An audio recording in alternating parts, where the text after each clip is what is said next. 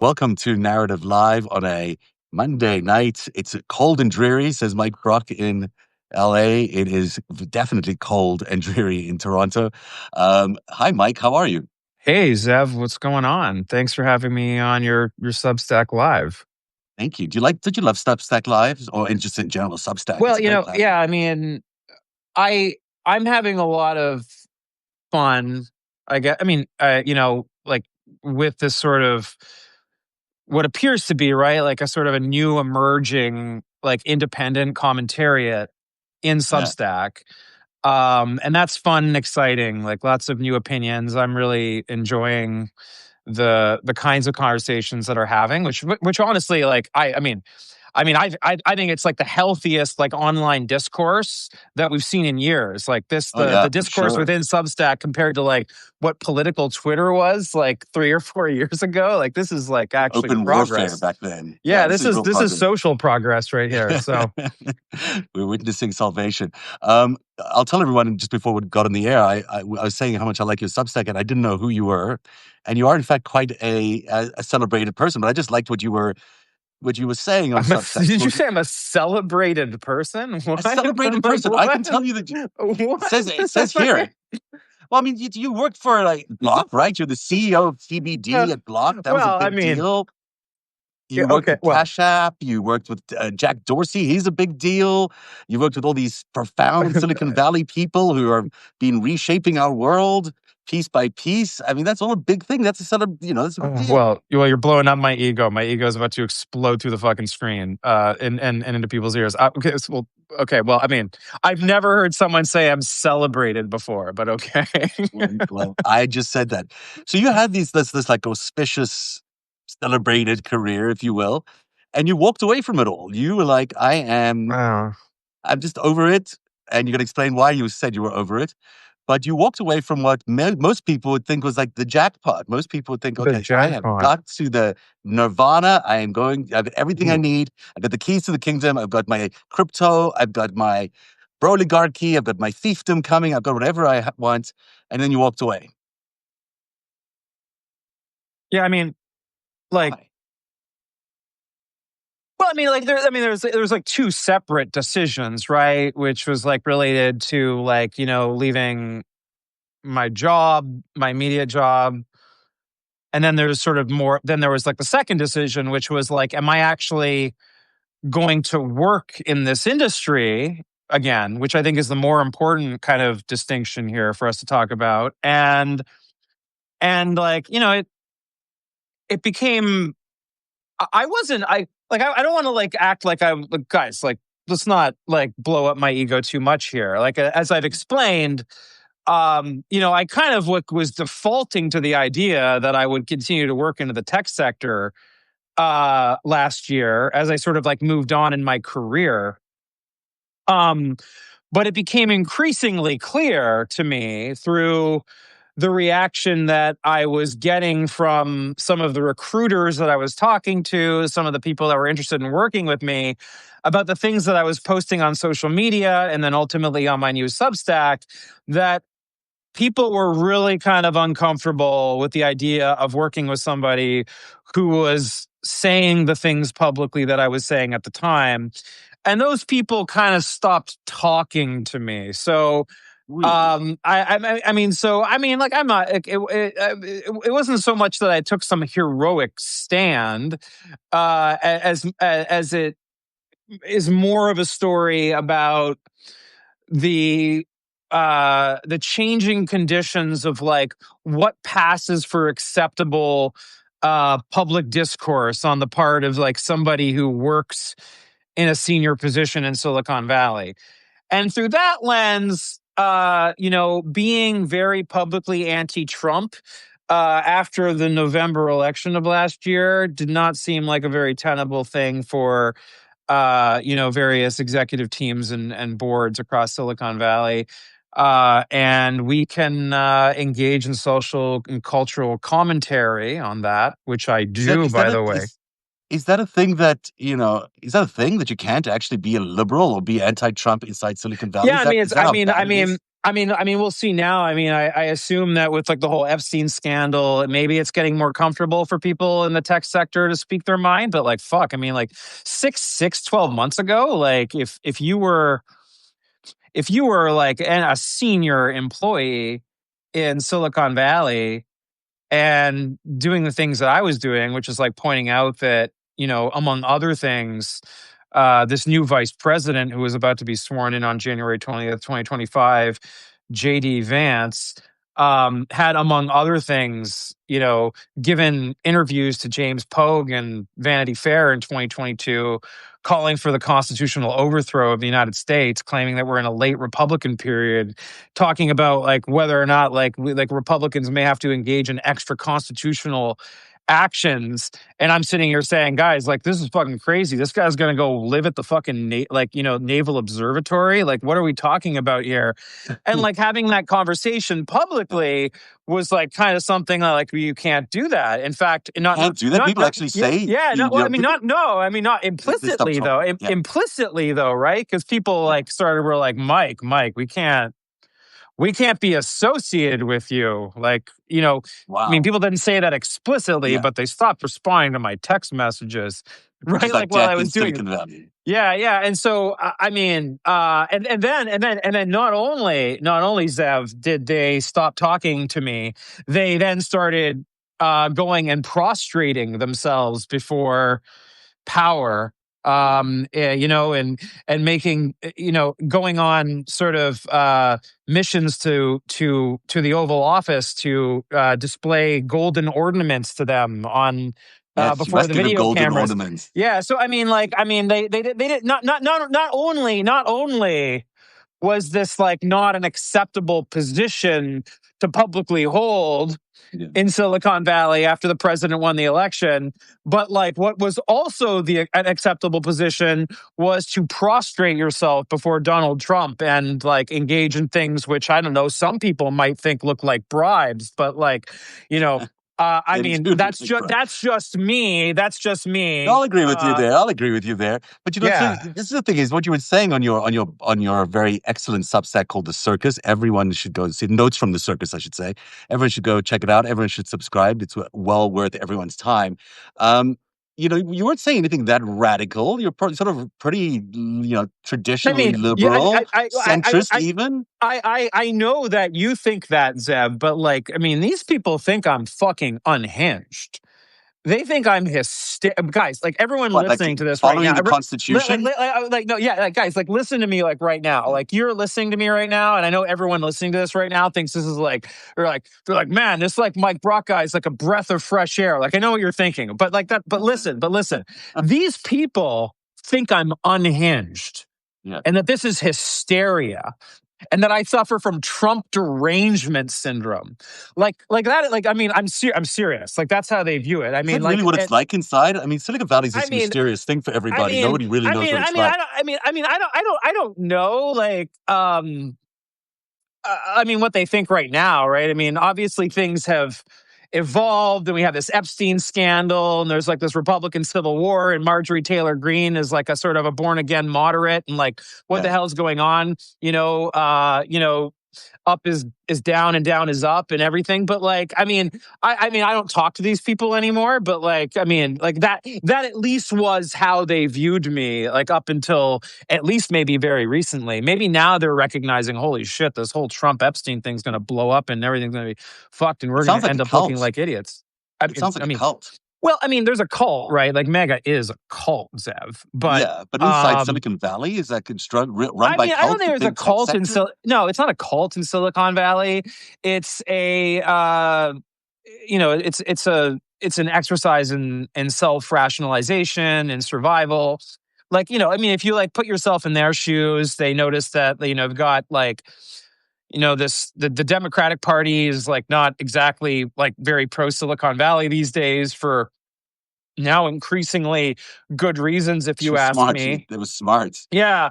And so they're kind of like, how are we going to avoid sort of regulation, AI regulation, financial regulation on crypto, all this other stuff? Well, I mean, I guess we're going to have to put our eggs in the fascist basket, because maybe Yeah, get rid maybe of the if we Constitution. yeah, That's maybe if annoying we Constitution. Absolutely, yeah. Maybe if we can just like get on side these people, we can kind of establish ourselves as oligarchs in sort of this monarchical, like neo feudalist society that may come to pass. And a lot of them put their eggs in that basket. That's what they did. I mean, and I won't forget that. By the way, I don't think anyone should forget that. That's the choice they made, America. That is who your titans of industry and tech and AI decided to like put their fucking bets. Just remember that. Remember that forever, and always hold that close to you. And then think back. I mean, I think back, anyways. Back. I mean, I wasn't alive in the 1940s, but I'm a study, right, of the of history and political history. And as Franklin Delano Roosevelt said at the time, right, that that there was a confluence of economic power, at the what he called the economic royalists, right? The Carnegies and the Rockefellers had all sort of bought Congress and had completely poisoned the political economy of the United States. And And that is here we are again. exactly that is exactly where we find ourselves today. And so this capitalist class has basically taken side against democratic accountability.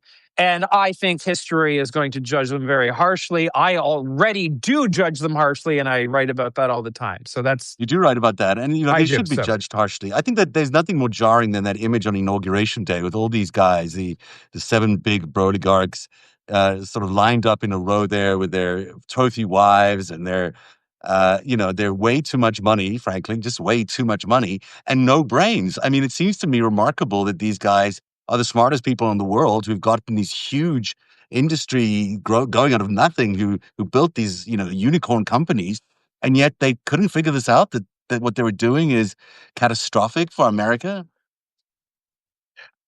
I mean, I don't. I mean, I think. I mean, they understand. I mean, let's be like very clear right now. Like these people understand that Donald Trump is breaking the law, that he's violating the Constitution. They don't like have a. They're not like like these are sophisticated people, with some of them with Ivy League degrees, and they like operate in elite circles. They know what's up. It's not like they're not like some, random like, terminally online person, in the MAGA cult that doesn't like actually have any grasp of reality. They understand. They just think that they're being pragmatic, and they want to like basically like protect, you know, shareholder value, even in like, a world where our democracy collapses and we become a dictatorship. And like the reason why that's not a defensible position is that you should be a citizen first. And when you have like influence and power, and you are a responsible citizen of a republic, you should never allow your institution to become an instrument of the corruption of that republic.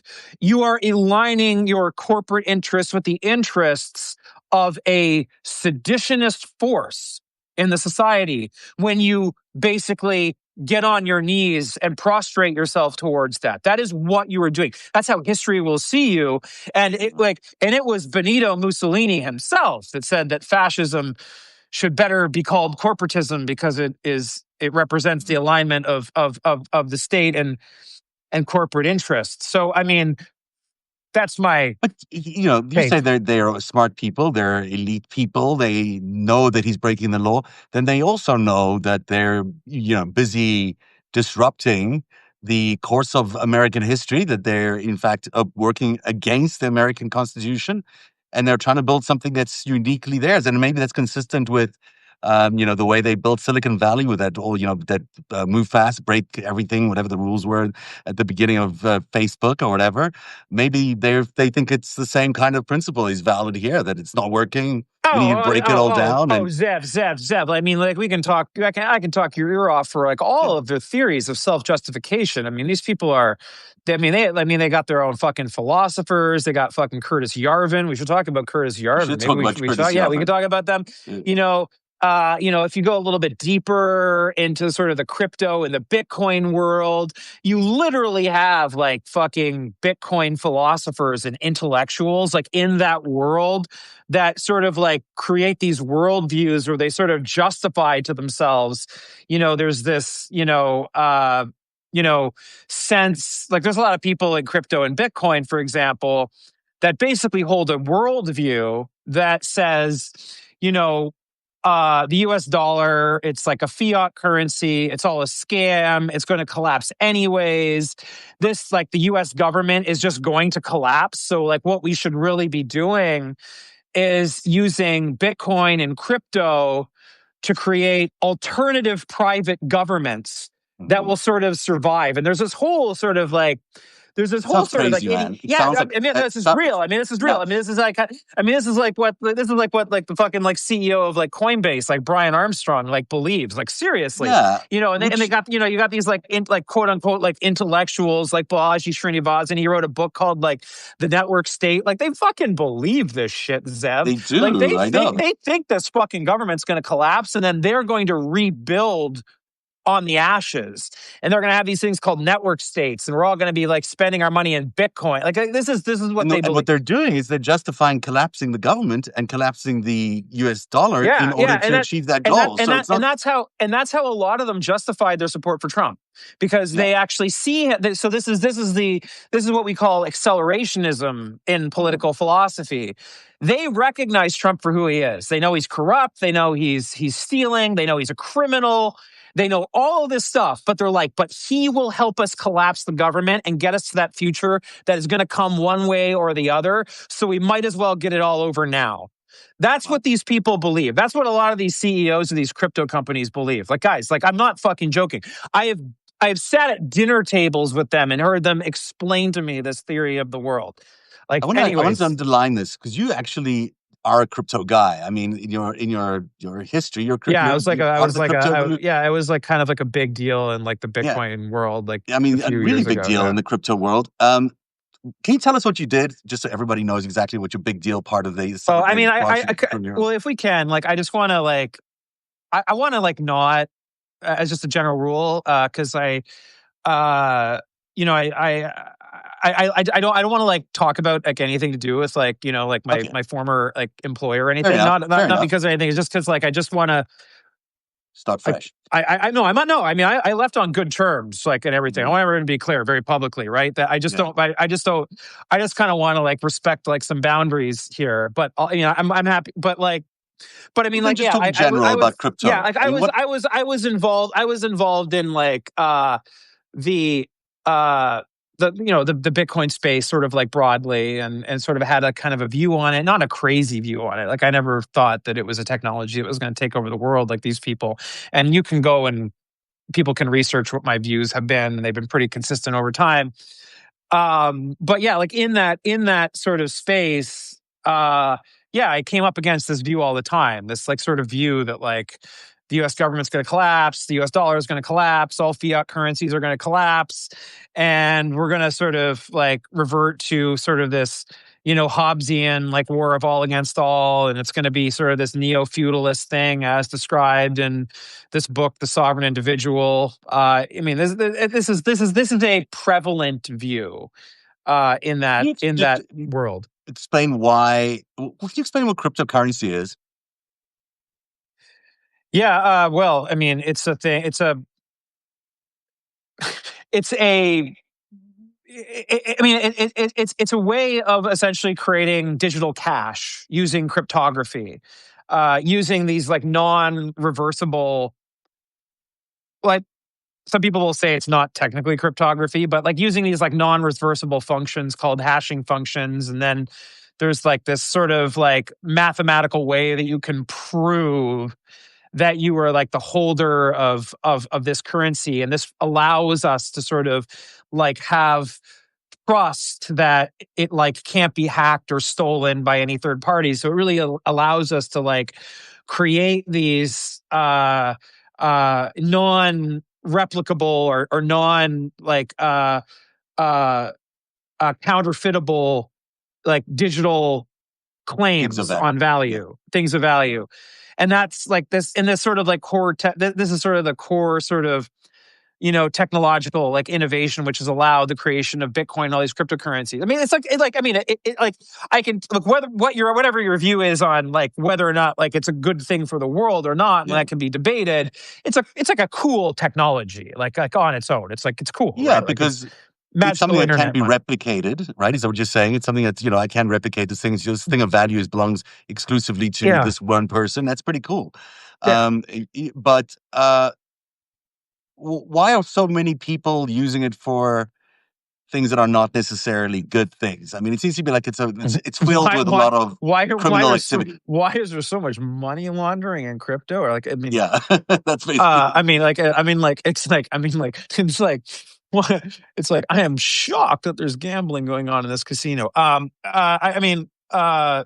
Well, because the the traditional banking system has a lot more monitoring Yeah, and and and sort of barriers to entry, whereas crypto provides ways to do both what are called pseudo anonymous transactions, which are sort of transactions that aren't fully anonymous, but like you kind of have sort of security through obscurity, and then you have like other technologies that actually do allow for sort of anonymous transactions, and and if you're involved in illicit markets, human smuggling, the international narcotics trade, the black market for international weapons procurement, like a whole bunch of other serious stuff. North Korea has used Bitcoin to move money in and around U.S. sanctions. Then like I mean, it's an it's an attractive. attractive place for criminals Yeah, to route around the ways in which organized societies try to stand in the way of people profiting from crime and things that are antisocial in nature. That's the answer, I think. and in China, for example, they don't allow people to use crypto, right? Officially, at least. Yeah, no. It's never. And in Russia, I think there's a lot of restrictions there. But somehow, the president of the United States wants to make America the crypto capital of the world, whatever that might mean. Um, why is it a good idea? What do you think he thinks it's a Well, good I mean, idea like, to make the cryptocurrency of the world? they want to privatize the entire world. Like they want to privatize governance Mhm. ultimately, and get rid of democratic oversight of like of the private domain. Like that's what they want. These are revolutionary monarchists, Yeah. basically. And they That's what want they the US are. dollar to collapse in order the theory is that they want the US dollar to collapse in order for cryptocurrency to sort of be taken up as the alternative to the US dollar. And they've done this in places like Argentina then and other places which we just bailed out for $40 billion. Um, but their intention seems to be, if the plan is fulfilled, that the US dollar becomes so devalued that it sort of starts crashing on itself. And people will run to this US version of the cryptocurrency called the stable coin, and everything will be perfect, except everything will now be on crypto, and we will no longer have the US dollar and the Federal Reserve and all these annoying things that get in the way of billionaires making a lot of money. Um, Mhm. now, is that really what they're trying to achieve? I mean, is that the Well, look, outspoken goal? yeah. For like, there's like I know that there's like massive tax evasion, for example, like in the crypto sector. There's so Shocking, much sort of like shocking. Yeah, unreported gains in the crypto sector that people are not disclosing that. And not only this, like the administration, this crypto friendly administration, is intentionally trying to kneecap the parts of the IRS that are responsible for investigations there, because that those people are part of this administration and they want to get away with it. So, yeah. the corruption runs really deep, America. It's really, it's theft, really, because it's not just that most of this crypto is just is just the greater fool theory playing out, and most of sort of retail investors are going to get left out in the rain. That's what's going to happen. Like, let me be very clear with you. Like, that's what's going to The happen. people who currently are who Yeah. own the most crypto are going to be the people who succeed.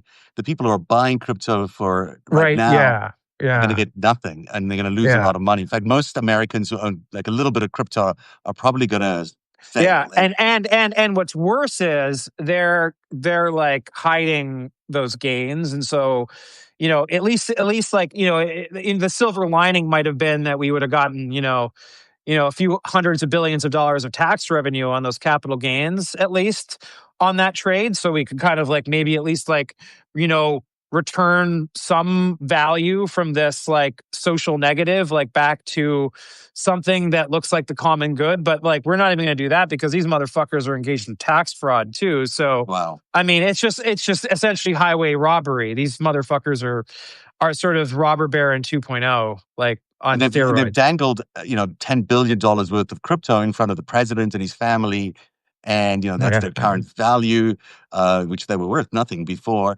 Yeah. And this is 100%. why we surmise Donald Trump is doing all of this, because he's getting this potential $10 billion I paycheck at mean, the end of the line.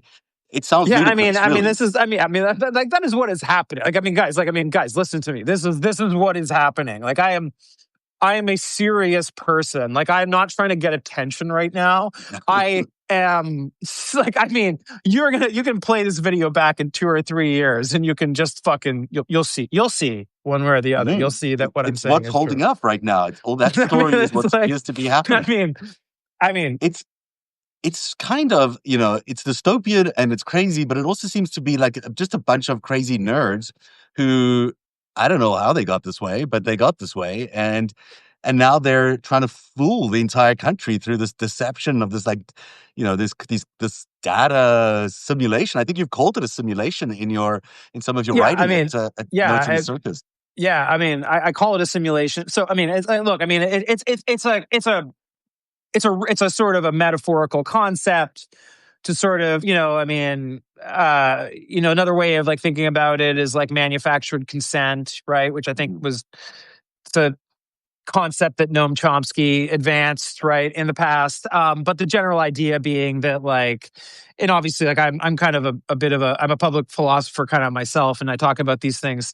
And I sort of, in another way of like talking about this is sort of an epistemic bubble or an epistemic closure. But like simulation is like kind of like a good way to like picture it in your head, right? Which is that, many, most of us live inside a story, inside a narrative, a story that we tell ourselves about where we've come from. That includes our personal story, right? That might include our religious background, our, maybe there's like our family has traditions, our community has traditions, our sort of our broader community, our world has, and there's this whole story about like where we're going. And we don't all have the same story, right? Obviously.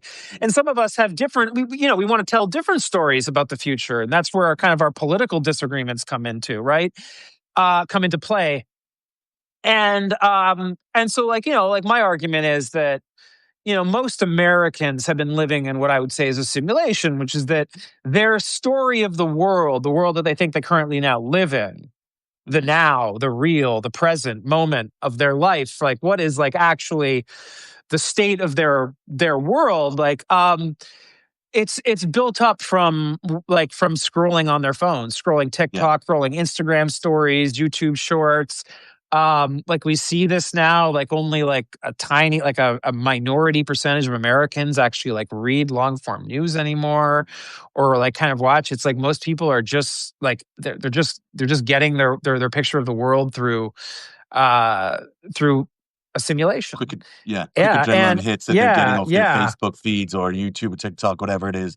That's just where they're getting all Yeah, and their and and evidence then of I've life. suggested that simulation's collapsing right now because the story that they've been being told doesn't match up like what it feels like when they go to the cash register at the grocery store, or it doesn't, or when they notice that their flight is canceled because there's no air traffic Traffic controllers controllers, yeah. at the FAA, and their SNAP payments don't come. And and so Well, yeah. like the simulation is collapsing. People are kind of recognizing that there's more to the story than they thought, and this is a very scary moment, I think, for a lot of Americans, kind of waking up for the first time. And I think the next few months, I think, are going to be quite unsettling for a lot of people. And I think you're going to see quite a bit of raising social anxiety in America and throughout the Western world.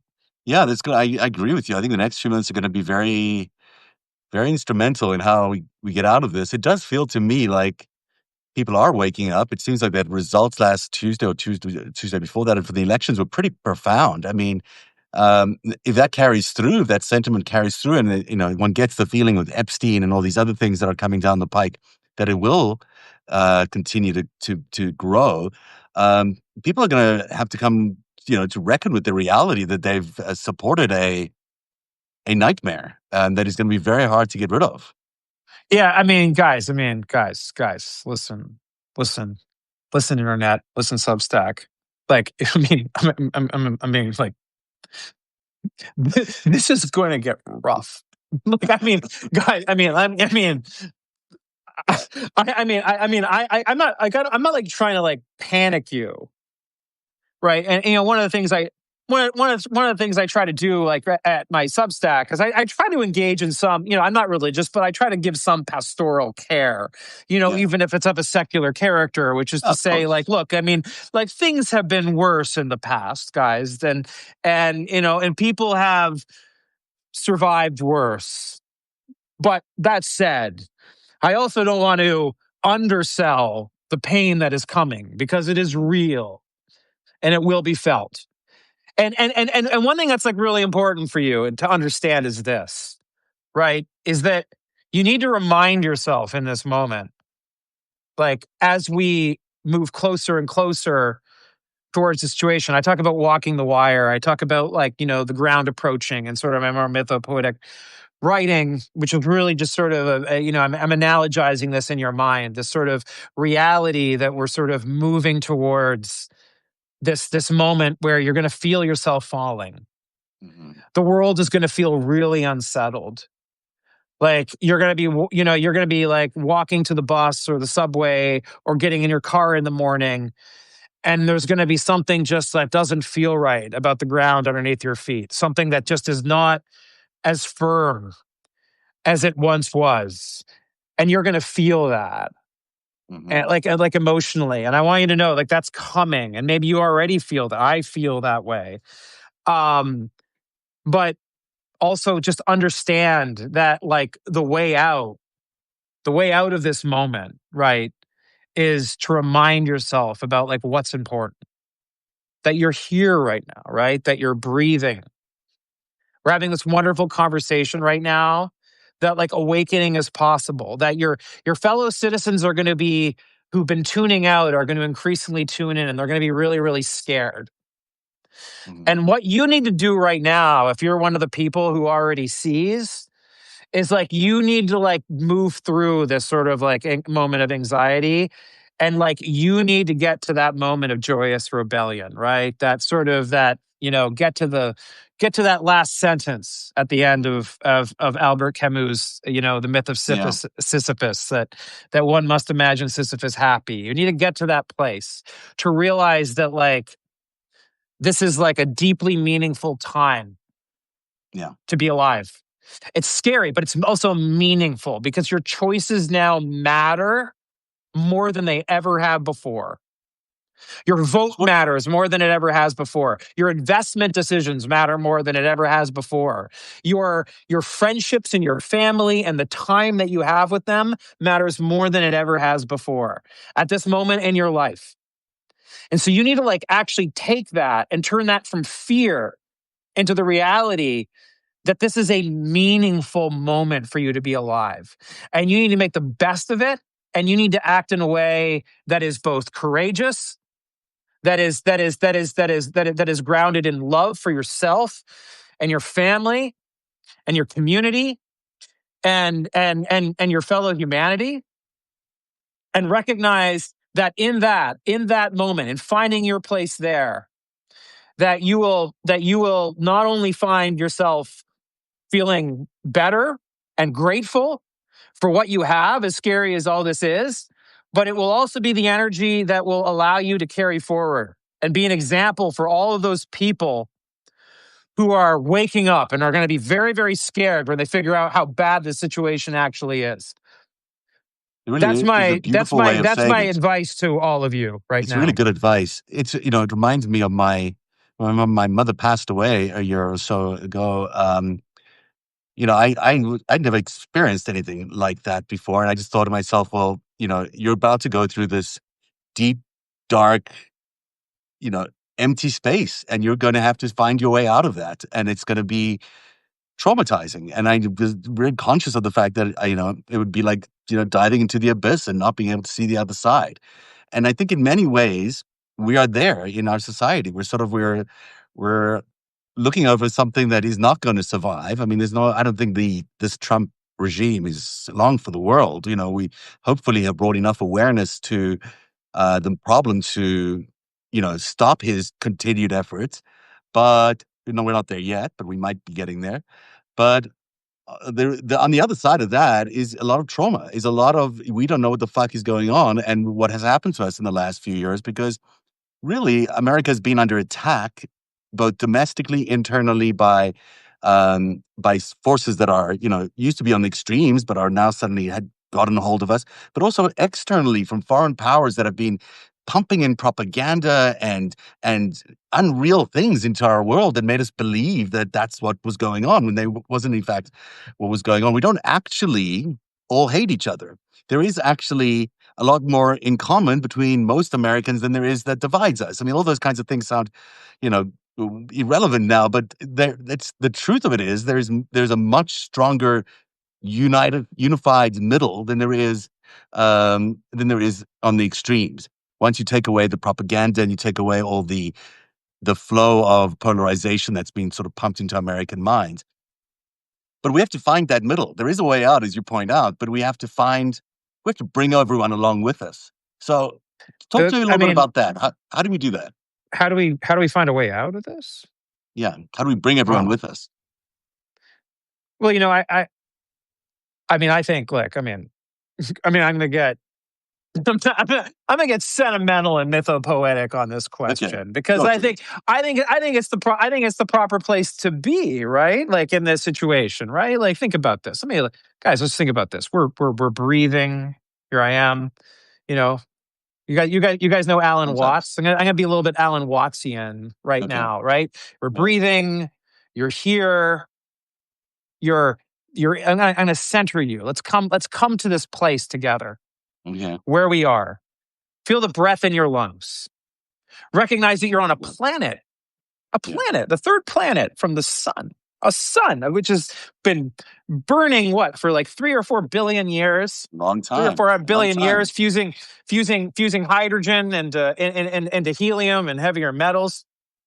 And All the time. yeah, and like here we are, right? As like Carl Sagan said, right, on this pale blue dot, right, a Yeah. speck of dust suspended in the sunbeam. That's famous Gorgeous. picture when the Yeah. Voyager probe like turned around and took Yeah. a picture from beyond the Amazing. orbit of Saturn. And you're like there, right? And like and on that little dot going around that little sun, uh, you know, everything in humanity's history happened on that little dot, Mhm. as Sagan said. I'm paraphrasing him, right? His pale Drew bot speech. So Carl Sagan deserves all the credit for this for Okay, this we'll give it to perspective Carl. insight, because I'm cribbing from him right now. Don't give me too much credit for this poetic perspective, because it belongs to Carl Sagan. And Yeah, and but what and and and happens? and and and and like we are I'm there with and you. we are there and we are there Yeah. because and we are both this so delicate, so like on it's like unreasonable to expect that all of that could be true in the Hmm. vastness of all space and time. And that is like where we find ourselves right now. And like Yes. through that perspective, we can sort of show back up to this conversation and be like, wow, I'm grateful Yeah. to be like, part of that cosmic story. And then, like, from that strength, I can look at this and just be like, what the fuck is going on right now? Yeah. Right? Like, and see things for like what they are and be like, this is like really dangerous. And there's a lot of really unserious people that are doing some really dangerous things. But like, you know what? Like, I need to take responsibility for this. I need to take responsibility, one, to pay attention to what's going on, because that attention is really important. Because I need to bear moral witness to this. So I can tell my children and I can tell the future about all the mistakes that were made so they don't make the same ones. Mm. And that you like recognize you have that responsibility, and that's a sacred responsibility. You owe that to the future. And like from that gratitude, from that perspective, like where I took you, right, to that cosmic perspective, to the reality that you're here breathing, right, like they're like grounding yourself, right, in the real, the present, the here. I love that. Recognize that, like, It's beautiful. recognize that, like, it is not a luxury to feel joy. It is the imperative To feel joy. of the gift that you have of consciousness. On top of that, Right. gratitude to find your joy and to bring joy to others, and that means you're responsible for making this world better with the That is cards that have that is been dealt to beautiful you. and true. And I think people aren't really seeing this moment yet as that, but because it's so easy to get caught in the the quagmire of it all. But we have to be responsible to ourselves and to our society and to our community and find our way out of this problem that we have. It's a joint problem, and we can't leave people behind because they were dumb enough to follow the other side. We have to go and pick them up when they're grieving and say, "It happened. Now let's Mhm. move on. Let's get us through this moment." And yet, it requires an enormous amount of leadership and initiative because the rules are not going to be there. The society the way it ran before, where you knew that certain things were ordered in the way they were, may not be there. It's just maybe that we have to find another way to navigate all this, and that means that the responsible people in every level of society, even in the most micro level, have to pick up the pieces around them, have to pick up the people around them, and move them forward into a better world. Presumably, we want to live in a better world. And then along comes this technology clash that we're having, right? So yes, everyone's on the speck of dot in this universe, and then along comes this technology which is going to be drastic in the way it's evolving. I mean, AI already is. I mean, I find it very profound what AI is doing with my life, and I'm sure it does for a lot of people's lives, regardless of whether there'll be a bubble or not, whatever. There Oh, there it's a is going. bubble. It's a It's bubble, a in my bubble. opinion. Yeah, of course it's a bubble, but the technology itself, like crypto technology, is really fascinating, really interesting. So, but what do we do in a world that, on the one hand, technology is going to be making it much more? Well, I don't know. Is technology going to make it much more difficult, or is technology going to make it better for us?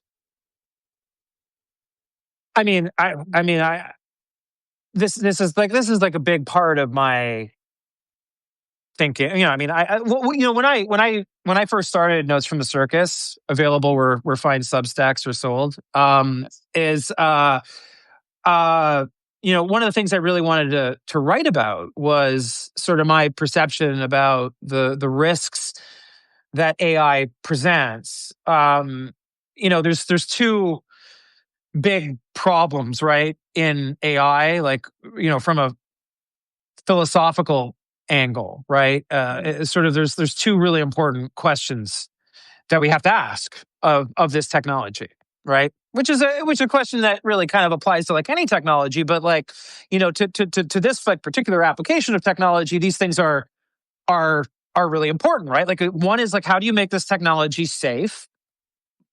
And how do you ensure that the time, money, and use of this technology doesn't have more negative externalities than it has positive internalities? So, for example, right, it might be very useful to like use methane to power our entire economy, but that would be the most greenhouse intensive gas that we could Could kill us as well. possibly use. And so what you might find over the long term is the external costs of doing that are worse than the internal costs of that, right? So these are the two big questions that you want to ask about any technology: safety and and whether or not the what you could call the risk adjusted benefits to society over the long term are like are like like I don't know what the word is, but are acceptable. We agree. We democratically agree with that. And if we don't agree with that, then that's when we get into conversations about adding safety regulations, maybe even banning the technology if it's too dangerous. Certainly, it's not legal to build your own nuclear weapons. I think that's a good law. I think we should keep I like it. that one. Yeah. And so that's so we get into these questions. Now AI has two big problems, right? That fit into like each of these two categories.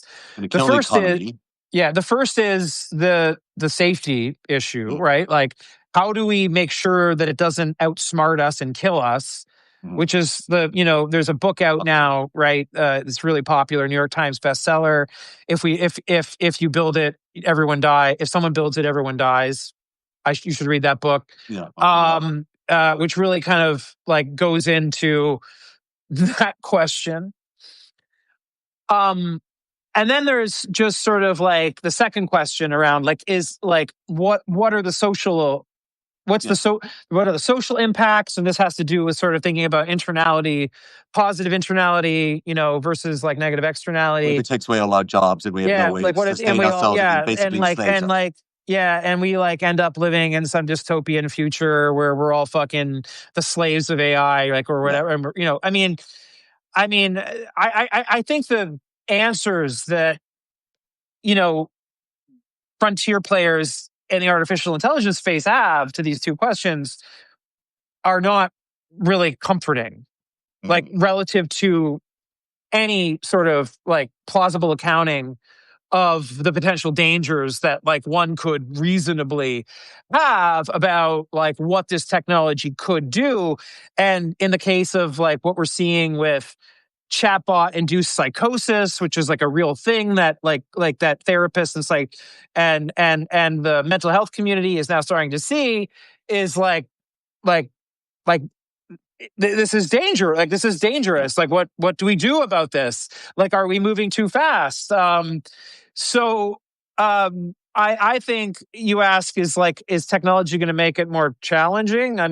Well, just the fact I mean that these things are there's colliding, one. this social change that is happening and that is so dramatic that is just going to be this very difficult moment for America, and reckoning and an opportunity for leadership. But it's also happening at a time when technology like AI is going to fundamentally change everything we do anyhow.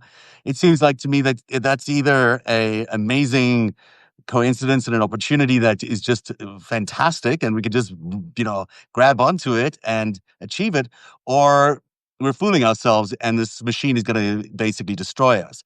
And judging by the first part of this conversation, a lot of these guys who are making this stuff or making this AI technology are not really trustworthy and maybe driving us all off a cliff. How do we harness that power back from them? How do we get it back from them? How does you, me, and everybody else who's in the not Brolygarch universe? How do we use AI to help us build our future? Well, I mean, look, there's certainly we shouldn't like we shouldn't ignore the fact that there are many obvious benefits to these technologies. Like I can tell you that as a research tool, and you got to be careful. And because AI has these hallucination problems, it can often Mhm. like make up facts and sources. But they've been getting better in that regard, and some of these sort of use sort of like recursive reasoning loops that like really lower the amount of errors they make. But as a research tool, that's like, I know that Sabina Hassenfelder has like a video up on this about the scientific community.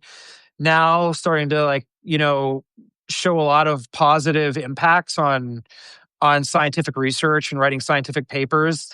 That's actually been kind of impressive and promising about like advancing, scientific research. There's like there's like obviously some benefits that we can I see that. imagine. Another example is like, in medical science, like AlphaFold, which was a Google project, which has solved the protein folding problem, which Mm, is yeah.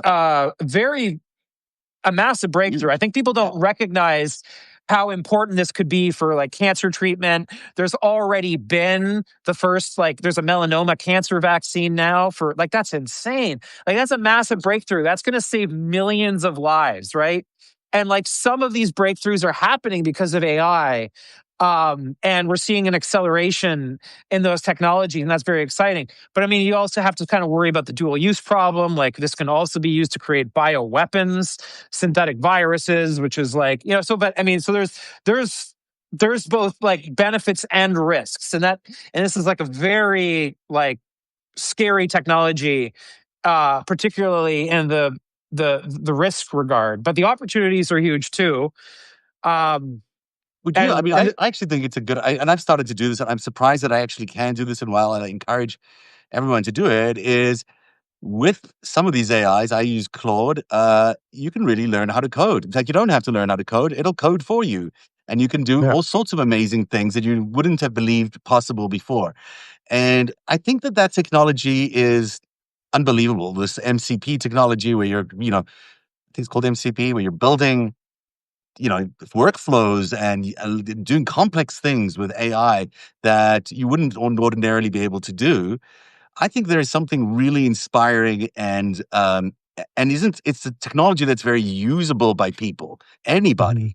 So as we envision this future world where, once we get out of our abyss, once we get out of our dark space and we come into this new reality, the more people that can harness this technology, the more people who have skills in this technology, the more people who can build industries and technology and companies and communities around this technology, the more success we're likely to have on the other side. So technology is just a thing. It's neither good nor bad. Ultimately, it's how we use it that makes the difference. And so, you know, maybe expound on that a little bit. Is there a way that people can access this technology without being, beholden to it? I don't have a good answer for you there. Mm, I think um, this is, I mean, I think this is the second great social experiment that the technology industry has played on humanity. The first one being social media. yeah. And at the very beginning of the social media revolution, Mhm. if you remember back, right, there's these great events like with the Arab Spring, the Green Revolution in Iran. These things Seems so were like promising. Those are good these things. times. Yeah, there seemed to be this like moment where the benefit we were really paying attention to the benefits, but we really did not see the negatives coming, right? And we now understand, like hindsight 2020, right? We recognize that the advertising model that drives these things leads towards a engagement based monetization model, and what drives engagement is like, Hate and trying to terrible c- things. trying to open as directive an interface as one can with the amygdala of your brain. And if you can do that, you can keep people scrolling forever, and that has like polluted our politics. And this gets back to Marshall McLuhan's observation that the median Canadian Yeah, just philosopher, up the street here. median is the message. And so, like, I mean, now hindsight 2020, we like all understand this. Um, there's probably some things like that with AI that we're not thinking about too, that just Probably. like do not occur to us. But Yeah. anyways, But it's here. It's here. It's that's part here. of our It's here. reality. It's here. We're I have going to some have to cope with it. Yeah, I've got a couple of other questions for you. Jack Dorsey's not actually been one of those people who's bent the knee in front of President Trump. I don't think I've seen that yet, at least. Is he different from everybody else in Silicon Valley? Oh, I mean, I want look. I'm not gonna. I have a personal relationship with Jack, Okay, and good. just to Okay, be fine. clear, No so worries. I'm gonna like be like. But what I will say, yeah, I mean, he definitely does not fear going against the crowd. He is definitely somebody who's very brave, and being the only guy in the room taking a stand, and that is different about him. He is different, I think, from most tech leaders in that way. Yeah, he really is. Um, should people buy or sell crypto right now? Look, I'm gonna. What's the Yeah. disclaimer, right? That like, look, You're not a financial I'm not a advisor. licensed financial advisor. Yeah. You should know that past performance is no guarantee of future results. I could be Yeah. completely full of shit. But I will disclose that I have sold all of my crypto positions as of now. That is what I have done. I'm not recommending that anybody take any decisions on that, but that is my view with all those caveats. Please speak to an investment advisor before doing anything. Smart words. And I guess finally, do you think democracy is going to survive this? Do I? I mean, look, I'm hesitating because I mean I want because the real answer is like I mean I don't know. I have a sort of feeling. So I have one of the philosophers who is like been a major influence on me and sort of like coming up with my theory of sort of like the modern world and our cultural condition by the name of Vlad Vexler. I did a Substack live with him which is posted on my feed. You should go and look at it. And Yeah. we talk a lot about this. He thinks that there's only a I think 30 to 40% chance that U.S. democracy will survive to the end of 2030, which is Oh, like greater than well, 50% chance. yeah. I am a little bit more optimistic than him, and because I think from my inside view and connection to American culture and American politics that I think I have a sense for. No, no, Vlad is British. He lives in he lives in the United Kingdom. Uh, and uh, and my own instinct is uh, that I would give it a 60% chance of survival. Just fine. That's what It's I only would got to give it. change. It's only got to change in order to survive because we've certainly seen how it can go wrong. Mike Brock, I should say, everyone should check out his incredibly interesting, fascinating, always full of good stuff. Substack. It's called Notes from the Circus. Tell people about it and what they can expect if they subscribe, and if they become paid subscribers, even more so. Tell them what's happening if you have paid subscribers. I have What paid happens then? subscribers. I love the paid subscribers. You're my favorite people. The We fact do. that you think I'm worth paying for, I love you for that. Thank you. You are worth Uh, every cent of and it. I also want to say that for those who like, just like really love me, but like, times are tough and you want a free subscription. I've made this offer like many times. People DM me on Substack and just tell me that they don't have the money, but they love me, and I'm more than happy to comp you a subscription. And what the paid subscription gives you is like early access to some of my bigger pieces that I spend a lot of time on. I write like 8 to 9 hours a day every day. I treated writing now as like my full time job.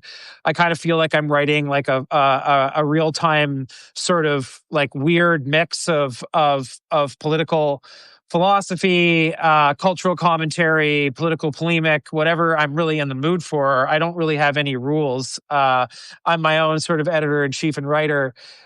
So some of my pieces are more brainy, some of them are more sort of like down to earth. And honestly, like I hope that like I give different things to different people. And if like there's one, if I'm writing one of my really crazy sort of insane philosophy pieces that are just like kind of just like causing your brain to melt a little bit too bad. I'm not offended if you skip over. I'm gonna write you like my cultural commentary on what I think's going on with like with Epstein or whatever like on the day, and you can read that piece and not kind of feel guilty that you're not reading. I'm trying to I'm just trying to I'm playing around. I have a lot of opinions moving in a lot of different directions. What I really like about what you write is that your values really come through, and I think it comes through in your courageous acts that you've done with your life. It comes through in everything you're saying. You really believe in what you're writing, and I think that's the difference between Substack and sort of the other media out there is that you get real authentic opinions that are unfiltered through corporations, unfiltered through editors. This is just who you are, and you happen to be a really smart guy with a lot of really interesting thoughts about where we can go in the future and about our political existential crisis that we're having right now. And everyone, really, I really endorse everything Mike's saying. So check out Mike Brock's Substack. You can find mine just to Mike's followers who are here. You can find mine at narrative.org. I do a lot of politics. I do a lot of Epstein stuff in that I'm an investigative journalist in that regard. I believe that, on a very practical basis, we need that truth in order to unseat the regime that's currently in power. We just got to need the truth. So that's why I work on that side a lot. I do fun podcasts with people like Dean Blundell at 3:00 every Monday to Friday. And you should come on that show. You'll enjoy that show. We should have you and Dean on Yeah, on if time. you guys want me to come on, let's come on. It'll be great. I'm happy to do it. Yeah, we'll absolutely do that. And so you can find my stuff at narrative.org, NARATIV.org. And Mike is at the Notes from the Last Circus. What's the URL? It's just Notes from the circus, not the last Okay. circus. The circus, Zev. The circus goes on forever. Although that's a good name, though. Goes on for well. I Okay. mean, that would be despairing. Do I seem like a Would be a little despairing despairing. person to you, Zev? I don't mind. The Last Circuit, the Last Not the, I mean, Clown. that's sad. That's Oh my sad. gosh. I'm a romantic, and that sounds so sad to me as a sort of my sort of with my enlightened romantic heart. No, That's because the I circus was goes on mixing. forever. The circus goes on forever because I titled the show "The Last Liberal" in Silicon Valley. So Yeah, that's why. that sounds like That's why. that sounds like liberalism goes down with me. I don't want no. Come on, No, no, guys. no. It means that Carry they the go torch down, but you forward, survive. please, You please. The triumph. liberal idea is so beautiful. Let's keep going. You're a phoenix rising, sir. Thanks very much for being here, Mike. I really enjoyed hanging out with you. Thanks so much. Thanks, Zev. And thanks everyone for watching. We'll be back tomorrow at 3:00 for the 5 stack. See you then. Bye bye.